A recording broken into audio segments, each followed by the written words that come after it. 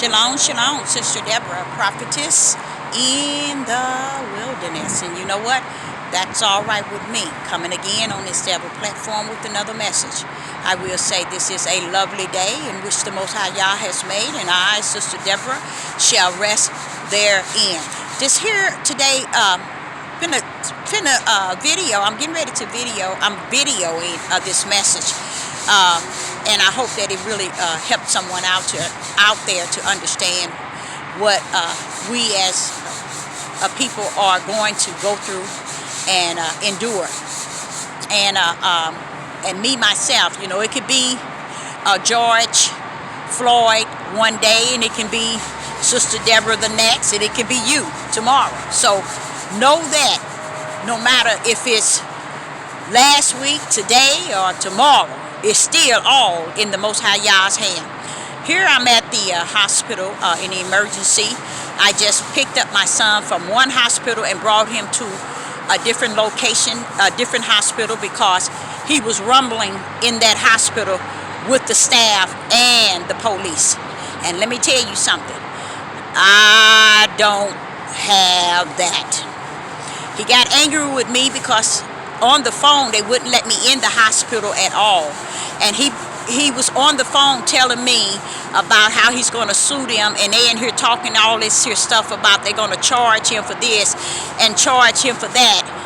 And he was just so upset, you know, and he was just so hurt that they just going to come out of nowhere, because he asked to have, when they brought him in the ambulance, he told them, don't move this ambulance until your chief come, or your boss come and talk with me. And they couldn't move the ambulance until that happened. So somewhere along the line, I guess my son knew that he had that right, that the ambulance can't move unless he is able to talk to someone. So their boss did arrive on the scene and told them that they couldn't do whatever they were doing or whatever. And they did get him to the hospital, but when he got to the hospital, they began to stitch him up in the one side of his head, where another brother of his own nation, someone old enough to be his father, hit him in the head with a cane because he was calling the police due to an accident. The man in the accident, the elderly man in the accident, I'm gonna call him elderly. He sideswiped the car and he got out. My son said he got out to look at it, and he said, let me call the police. And when he went back to call the police, the man swiped him on the side of his head with a cane. He wasn't an old man. He just probably pretty much was old enough to be his father. And my son is fully aware that his mother's upbringing stands for you don't put your hand on nobody. I don't care who they are. And when you said that this man was older, you know, older man, then that really done it for me. And then I began to question and say to myself, wait a minute, my son ain't got no business putting his hand. He's 6'3", weigh every bit of 300 pounds, heavy, all steel.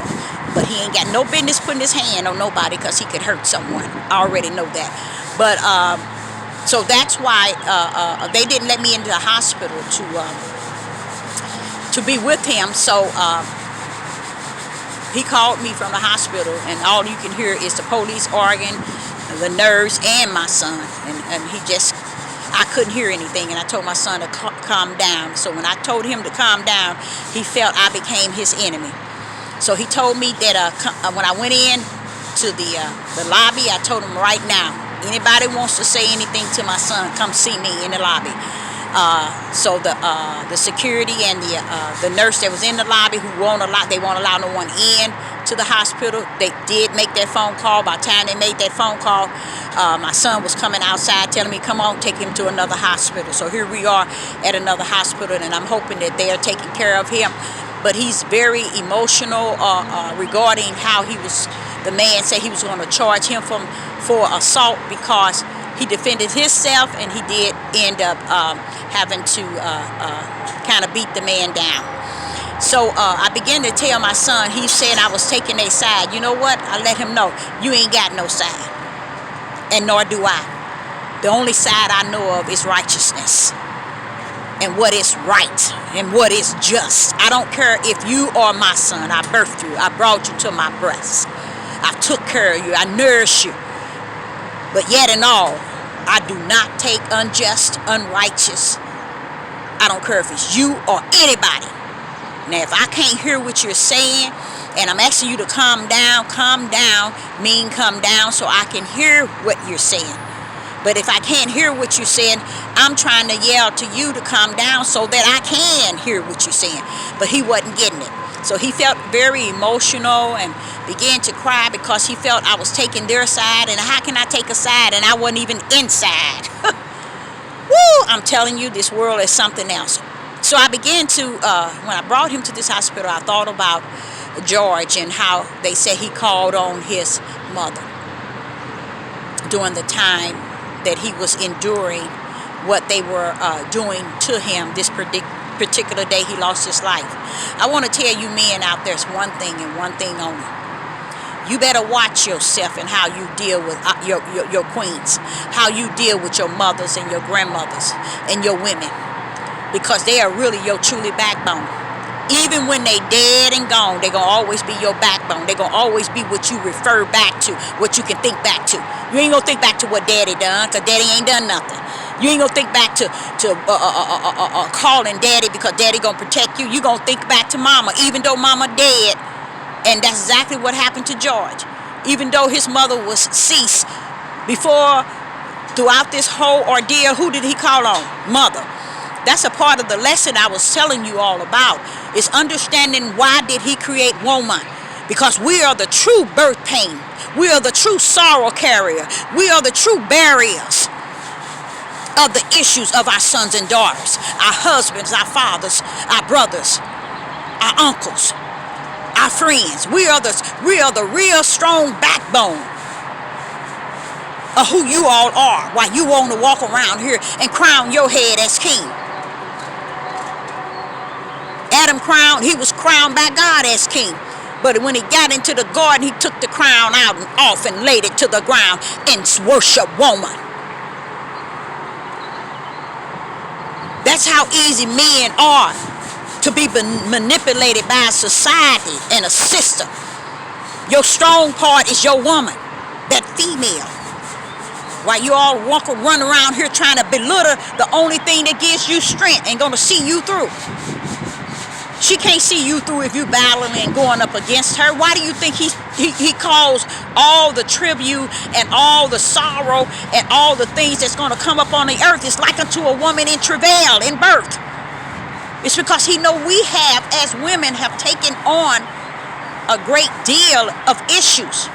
Especially with our sons and daughters. We have birthed nations.